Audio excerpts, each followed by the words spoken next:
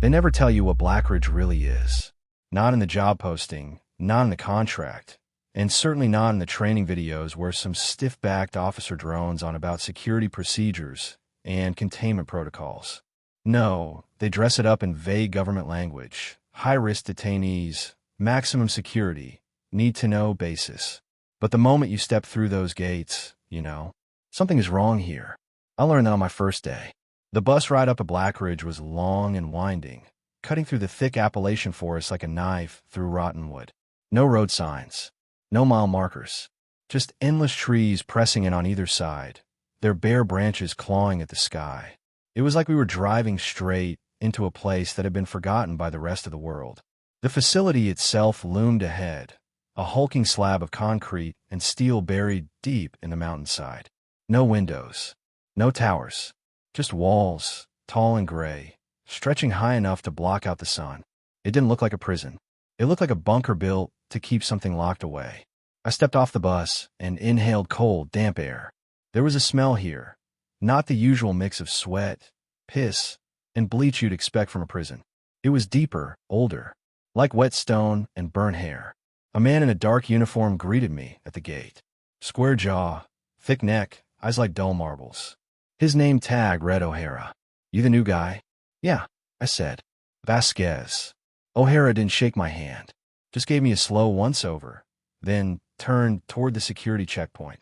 "Keep your head down, Vasquez," he muttered. "And don't ask questions." Not exactly a warm welcome, but I followed him through 3 layers of reinforced gates, each one buzzing angrily before unlocking. The last door groaned open, revealing the heart of Blackridge. The air changed the moment I stepped inside. It was colder, not just temperature-wise. It felt wrong. Stagnant, like the walls were holding their breath. Fluorescent lights hummed overhead, casting everything in a sickly yellow glow. The concrete floor was smooth and spotless, but no matter how much they cleaned, it never stopped feeling dirty. As O'Hara led me through the main corridors, I noticed something strange. There were no cameras. In every other prison I'd worked, surveillance was everywhere. But here, just bare walls and empty corners, as if no one wanted to see what happened inside. The other guard avoided eye contact as we passed. Some sat hunched over their stations, staring blankly at their desks. Others walked with stiff, robotic movements, their faces pale and drawn. Something had hollowed them out. I caught glimpses of the inmates through the cell windows, if you could even call them that. Thick reinforced glass instead of bars. Dim, flickering lights. The prisoners didn't scream or rattle their doors like you'd expect. Most of them just stood there, staring at the walls. Some whispered to themselves. Some scratched symbols into their skin. One man sat in the corner of his cell, his mouth stretched into a permanent, unnatural grin. I looked away. O'Hara led me down another corridor, stopping in front of a heavy steel door marked Level 3. "High risk. This is your assignment," he said. "You're on the night shift." He turned to leave, then paused. "One more thing," he added, lowering his voice. "There's a new arrival tonight. Cell 23. Something about the way he said it made my skin crawl. What's special about him?" I asked. O'Hara's jaw tightened. He glanced over his shoulder, then leaned in. "Don't talk to him," he said. "Don't listen to him. And whatever you do," his voice dropped to a whisper, "don't let him say your name." Then he walked away, leaving me alone in the silent, pulsing heart of Blackridge. The prison breathes at night. Not in a way you can hear, not like wind through an open window or the slow creak of settling wood. It's quieter than that, deeper. A pressure in the air. You don't notice it at first, not when you're busy walking the halls, keeping your head down, counting down the hours. But if you stop, if you really listen, you can feel it. Something shifting just beneath the surface, something waiting. That night, I made the mistake of listening. My shift started like any other. The fluorescent lights buzzed faintly overhead as I walked my rounds, moving through Block C, where the worst of the inmates were kept. The air was thick with the usual smells, sweat, metal, the distant bite of bleach. Nothing out of place. I checked each cell as I passed. Cell 301, Ramirez. A lifer. His face pressed against the bars, eyes hollow, staring past me like I wasn't even there. Cell 302. Empty. The guy who'd been there last week had vanished overnight. No one talked about it. No one asked. Cell 303, Delacroix. He was sitting on the edge of his cot, hands folded neatly in his lap. He didn't look up as I walked by, but as soon as I stepped past his cell, I heard him whisper, "It's getting louder, isn't it?" I stopped, not because of what he said, but because he wasn't the first inmate to say it that night. A few hours earlier, a prisoner in Block A had muttered something similar as I walked past. "You hear it too, don't you?" I'd ignored him, chalking it up to the usual inmate paranoia. But now Delacroix was saying it. And the way he said it, calm, certain, like he wasn't asking me, but reminding me, sent a cold knot twisting in my stomach. I turned back to face him. "What's getting louder?" He smiled, slow and knowing. "You'll see." I was about to say something else when I heard it. A voice. It was faint, almost too quiet to notice, but it was there, drifting through the hallway like a breath of wind. I turned my head, tried to place it. The words were muffled, distorted, like someone was speaking through water. I stepped away from Delacroix's cell, following the sound. As I moved deeper into Block C, the voice grew clearer. Still broken, still stretched and warped, but now I could hear the rhythm of it. Not just a voice. Whispers. I checked the cells again. Every inmate was either asleep or staring at the ceiling, unblinking. None of them were whispering. Then the lights flickered. Not the usual brief stutter of power fluctuations, the kind that happen in old buildings. This was different. The bulbs buzzed violently, casting long, stretched-out shadows across the floor. The hallway dimmed for half a second, just long enough for something to feel wrong. I reached for my radio. "Control, this is Vasquez. I'm in Block C. We got a power issue." Static. A low hiss filled the speaker. No response from the control room. And then, over the static, I heard it. My name. Whispered. Soft. Almost affectionate. My blood turned to ice. I turned sharply, scanning the hallway. Nothing. Just cold concrete and steel. But the air felt heavier, thick with something I couldn't name. I stepped backward, gripping the radio tighter. "Control, come in." The static cut out. A voice, deep and flat, crackled through the speaker. "Go back to your post, Officer Vasquez." A chill crawled on my spine. The way it said my name. I didn't recognize the voice. Every guard at Blackridge had a distinct tone, a way of speaking. This voice was wrong. Too smooth, too steady, as if someone was mimicking human speech, but didn't quite get it right. I turned and headed back toward the main block, my boots echoing against the concrete. I told myself I was imagining things, that I was just tired. But deep down I knew. I wasn't alone in that hallway. And whatever had whispered my name, it wasn't human. I knew something was wrong the moment I stepped onto the night shift. The air in Blackridge was always stale, thick with sweat and the stench of rusted metal. But tonight, it felt different. Heavier. As if the walls were holding their breath, waiting for something. The usual sounds, the distant shuffling of inmates, the buzz of the fluorescent lights, felt muted, swallowed up by something unseen. It was just past midnight when Officer Grayson disappeared. Grayson was one of the senior guards. A no-nonsense guy, built like a linebacker, always chewing gum like he was trying to crush it between his teeth. He didn't joke around, didn't scare easy. That's why it didn't make sense when he stopped responding over the radio. I was stationed on the 3rd floor when I heard the first call. "Grayson, check in." The warden's voice crackled over the comms. Silence. Static hummed for a few seconds. Then another voice came through, but it wasn't Grayson. Not here. The voice was flat, almost mechanical. It sent a chill through my spine. The warden repeated the call, but there was no response. A guard named Holloway was the last one to see him, so they were doing rounds together on level 4. Holloway had turned a corner, and when he looked back, Grayson was gone. Just like that. No scream, no sound of footsteps, no sign of a struggle. We searched the entire block, checked every cell, every hallway. Even the cameras showed nothing. One moment, he was there, his flashlight sweeping across the bars. The next, the screen flickered, and he was just gone. That's when we found his uniform, neatly folded, sitting on the metal walkway outside cell 47, an empty cell that had been abandoned for years. His radio was still on top of it, the battery drained completely. His boots were sitting beside the pile, as if he had just stepped out of them. That didn't make sense. People don't just disappear. And yet, Grayson had. Holloway refused to go near the cell. "Something's off, man," he muttered, keeping his flashlight aimed at the door. "I swear, when I passed this cell before, it was open. Now it's locked, and no one's inside." I moved closer, my own breath feeling too loud in the silence. The small metal plaque on the door read 47, but something was scratched underneath it. Faint, like someone had carved it with their fingernail. I squinted. Vasquez. My last name. The air turned ice cold. Then the radio on Grayson's uniform crackled to life. A voice, broken by static. "Not here, but close." We ran. Holloway refused to talk about what we saw that night. He put in a transfer request the next morning. I asked him what scared him so much, but he just shook his head. "It wasn't what we found, Vasquez," he whispered.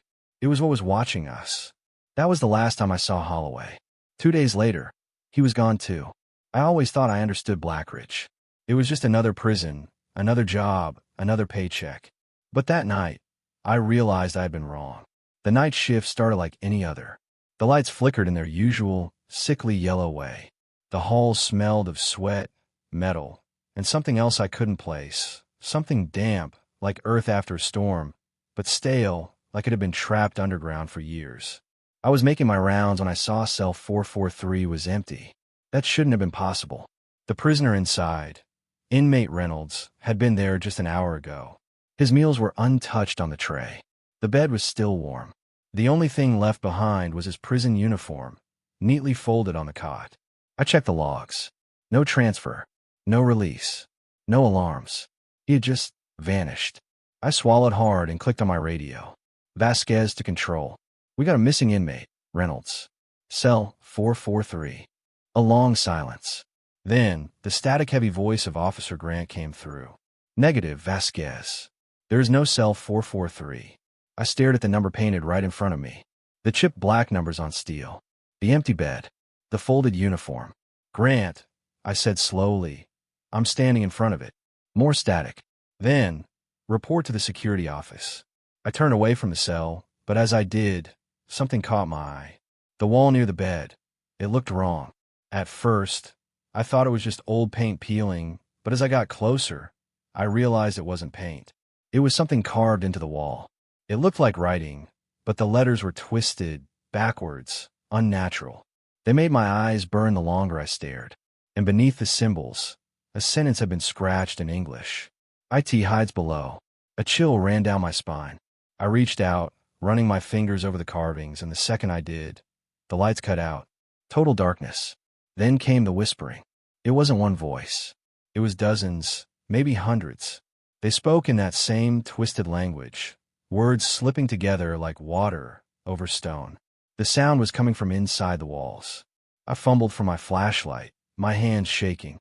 The beam cut through the dark, landing on the empty uniform on the bed. It was gone. The light snapped back on. The whispers stopped. My breath was ragged, my pulse hammering in my ears. I needed answers. The security office was on the 3rd floor, tucked away behind layers of reinforced doors. Inside, Officer Grant sat behind the desk, his face pale, his eyes tired. He didn't look surprised to see me. "You saw something," he said. "Yeah, I saw something." He let out a slow breath, then turned the monitor toward me. "Look at this." The footage was from an hour ago, showing cell block D, prisoners in their bunks, guards on patrol, everything normal, until the far left hallway. The camera flickered, and when it came back, a door was there. A door that wasn't there before. I leaned in. "Where does that lead?" Grant's jaw tightened. "Nowhere. That hallway ends in a solid wall." I watched as a guard walked past the door, then stopped. He turned, staring at it, like he could hear something. Then, slowly, he reached for the handle. The second his hand touched it, the screen glitched. When the feed returned, the hallway was empty. No guard. No door. Just the blank wall again. I felt cold all over. "This happened before?" I asked. Grant nodded, his eyes dark. "Yeah, more times than I can count." He tapped a key, rewinding the footage to a different timestamp, 10 years ago. Same hallway. Same door appearing out of nowhere. Another guard stopping, reaching, disappearing. Grant turned to me. "You get it now?" I didn't want to. I really didn't. But I did. There were places in this prison that didn't exist until they did. And when they did, They swallowed people whole. I don't know how long I've been walking.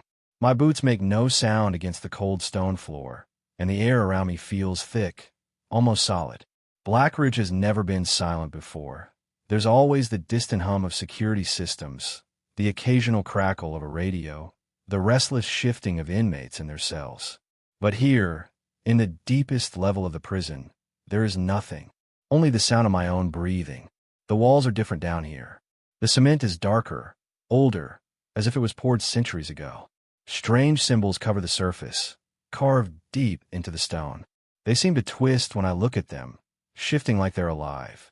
I don't know what they mean, but something in my gut tells me they were never meant to be understood. Ahead, the hallway narrows. The flickering overhead lights give off a sickly yellow glow, casting long, twitching shadows. I tighten my grip on my flashlight, but the beam seems weaker than it should be, swallowed by the darkness. Then I see it. A door. It stands at the very end of the hallway, different from all the others. The doors in Blackridge are made of reinforced steel, built to withstand anything. But this one is old wood, blackened with age, its surface cracked like dried skin. A heavy iron handle juts out from the center, rusted and worn smooth by countless hands before mine. And there, scratched into the wood in jagged, uneven letters, Vasquez. My name. My chest tightens. Every instinct tells me to turn around, to leave this place and never come back. But my feet stay rooted to the ground. My brother's voice has led me here. Every step I've taken, every rule I've broken, it's all been leading to this. I reach out, my fingers barely brushing the door, and the temperature drops. Not like a draft or a chill, but something unnatural, something that sinks into my bones. My breath fogs in front of me. The hallway behind me seems farther away than it should be, like the space itself is stretching. A whisper slithers through the air. Are you sure you want to open that? I spin around. James Delacroix stands a few feet away, his expression calm, almost amused. He looks out of place down here, dressed in the same standard inmate jumpsuit as always, but somehow untouched by the cold. His hands rest at his sides, relaxed, as if this is exactly where he's meant to be. I swallow hard. What the hell is this? His lips curl into a small, knowing smile. Your answer. A sharp, rhythmic tapping echoes down the hall. It takes me a second to realize it's coming from inside the door. A slow, deliberate knock. Knock, knock, knock. I take a step back. What's behind it? You already know, JD says. I shake my head. No, I don't. JD tilts his head. Don't you? His voice is calm, almost gentle, but there's something else underneath it. Something that makes my skin crawl. The knocking stops. Silence stretches between us, thick and suffocating. You don't have to open it, JD says, watching me. You can turn around, walk away, go back upstairs. Forget this place, forget everything you've seen. They'll let you leave. They always let you leave. I don't move. My breath is coming faster now, my pulse pounding in my ears. They let you leave, JD repeats, softer this time. But you'll never really be gone, will you? My hands clench into fists. I think of my brother. The night he vanished. The years of not knowing. The empty seat at our mother's dinner table. The hollow look in my father's eyes when he realized his son was never coming back. I came here for answers. And answers don't come without a price. I take a deep breath, step forward, and grab the handle. The wood is warm beneath my fingers. The door swings open, and everything changes. The air in Blackridge is thick. Every breath feels like it's pressing down on me, like the walls are getting closer, or maybe it's just me getting smaller. I stand in front of the last door, the one with my name carved into it. I never wanted to be here, and now that I'm this far, I wish I could just forget it all. But that's not how it works, is it? JD is standing beside me, his face unreadable, like he's waiting for me to make a decision he's already known the outcome to. He's always so calm, so collected, as if none of this even matters to him. His eyes glint in the low light, and it's like he's seeing everything at once. The past, the present, and everything in between. You're at a crossroads, Officer Vasquez, he says, his voice smooth, almost too smooth. It's like he's been rehearsing this moment for years. Some choices should never be made, because once they are, you can't unmake them. But I think you already know that. I try to breathe, but it feels like the air is turned into lead. The door in front of me, my name etched in the wood, doesn't just have my name. It has a weight. It's heavy with something I can't name, something that's been pulling at me ever since I first walked into Blackridge. I wanted to walk away from it all when I first got here. The money, the structure, the order. It seemed simple then, but nothing in Blackridge is simple. I don't understand. I try to keep my voice steady, but it shakes. What's on the other side of this door, JD? What's behind it?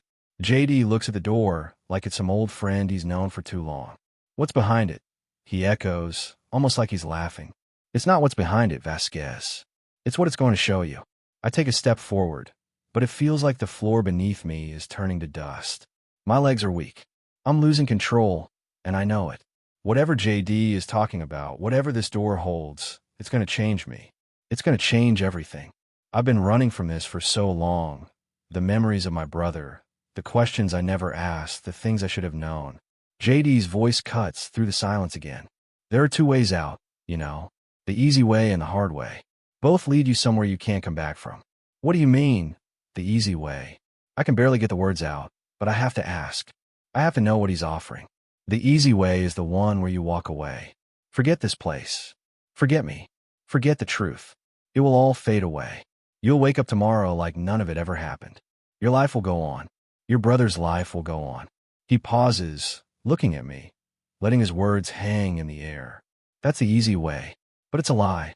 And lies are the worst kind of prison. I don't say anything at first.